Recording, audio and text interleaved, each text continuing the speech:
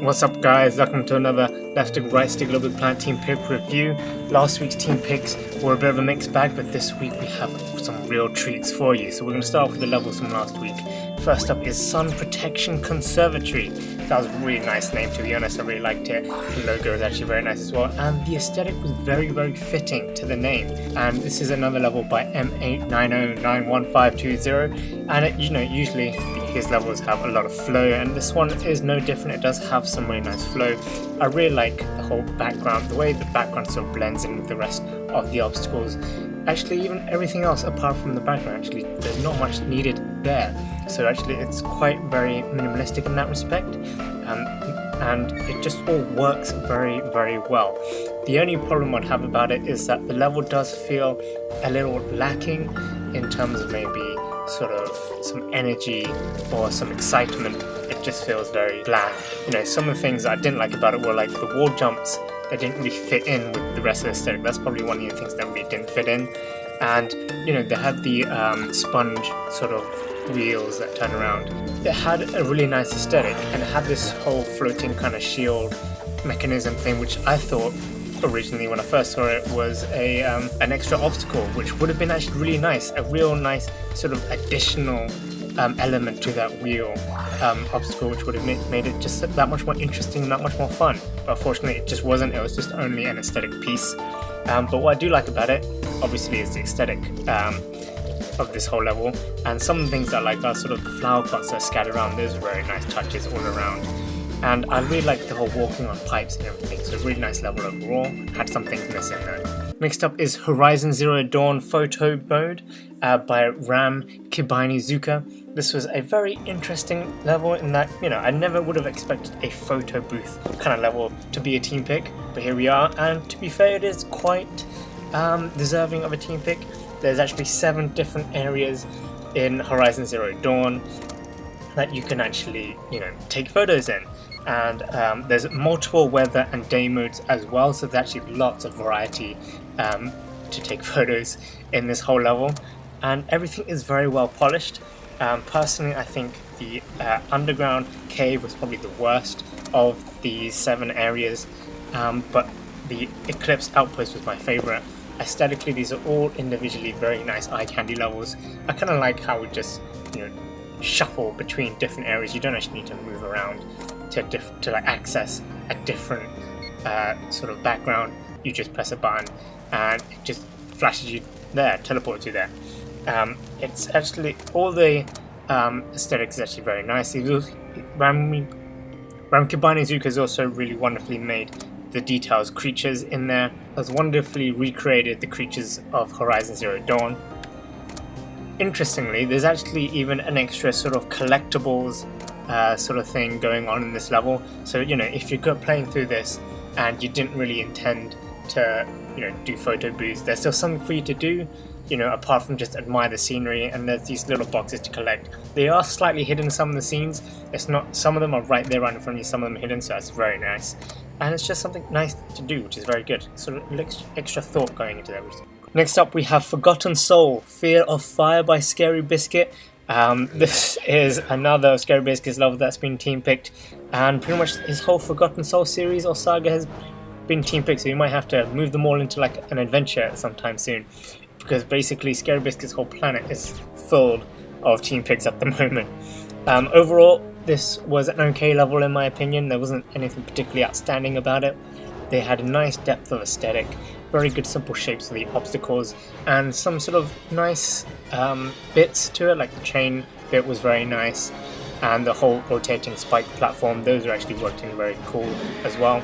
But there was a few issues I have with the sponge swings, which didn't seem that well spaced in my opinion, but that's just my opinion. I didn't quite like it.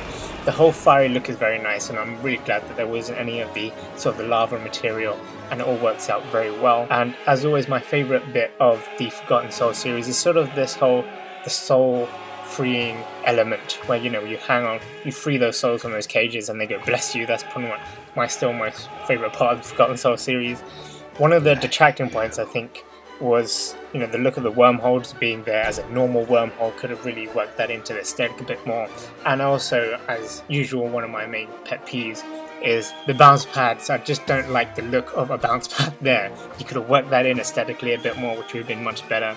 But aside from that, it's not too bad.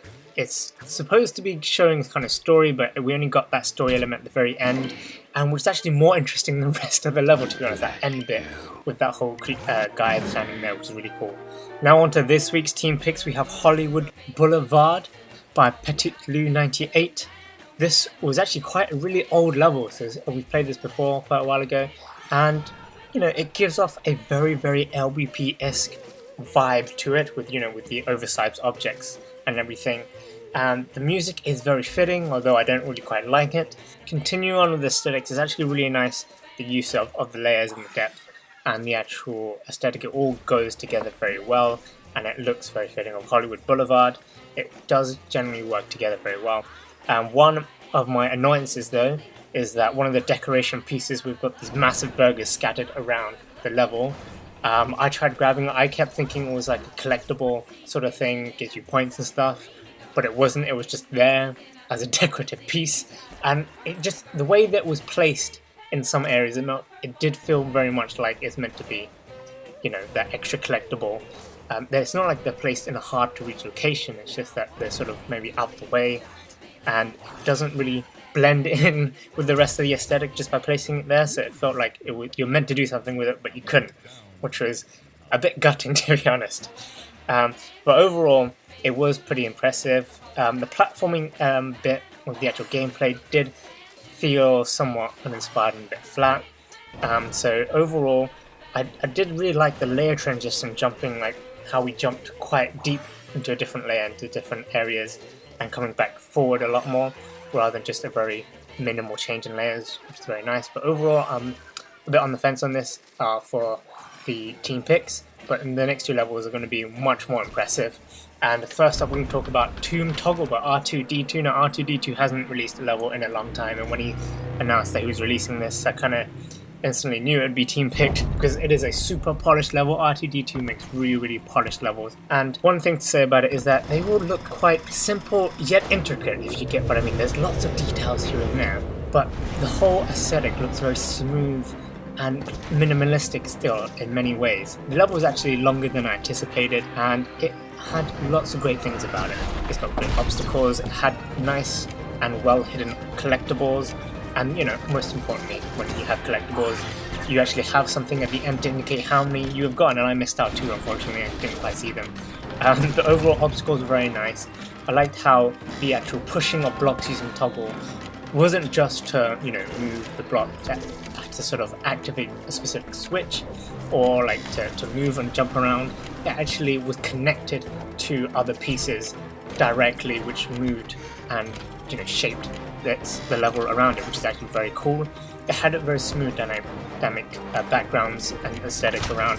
Very, very nice. One of the things that I really liked about it was actually the camera angle just slightly off straight, which actually just made it look all the more nice.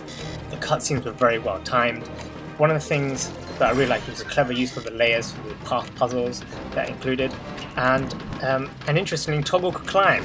A few things I didn't like though, it was sort of the race element seemed a bit unnecessary in the whole level, and I also didn't really like the rotational spike obstacle that they had.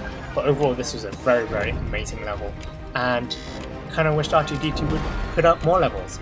And finally, we have Exiled from the Sky by Aaron553. This was probably the gem in this whole team pick review. In terms of aesthetic, it was very impressive aesthetics throughout, with a very nice cutscene in the beginning, as well as throughout the whole level. The aesthetics are beautiful. It is a very story-based kind of level. You're kind of an alien exiled to some home planet, to basically what seems to be your origin planet. And you've got a unique sort of control system of the alien ship, where you're moving in and out of layers using the right analog stick, and you get two special powers to like sort of zap stuff and like sort of burn and light torches. It's very simple, but the effects were very beautiful and looked amazing. And I guess throughout the whole level, in terms of sort of challengingness and gameplay, it's very simple. There's not much. You just go right, and at the right time you just press the zap or you press the burner button to activate the pathways. You know, there's nothing wrong with that particularly, because, you know, the aesthetic really makes up for it, and the whole story-driven element does sort of brings the excitement to the rest of the level. One of my peeves with the level though is that the cutscenes seem very slow, and I'm not sure how I feel about the text just in those bubbles. Maybe could have been implemented much nicer if there was so much text going on.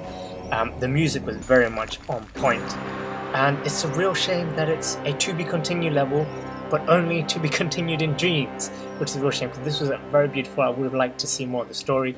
Really got me interested, and I guess the simplistic element wasn't too bad. It wasn't that detracting. So I mean, if you like these levels, let me know in the comments below. Let me know what you think about them, and definitely stay tuned to leftstickrightstick for more LittleBigPlanet videos as well as Dreams videos. If you enjoyed the team picks this week, don't forget to click that like button below.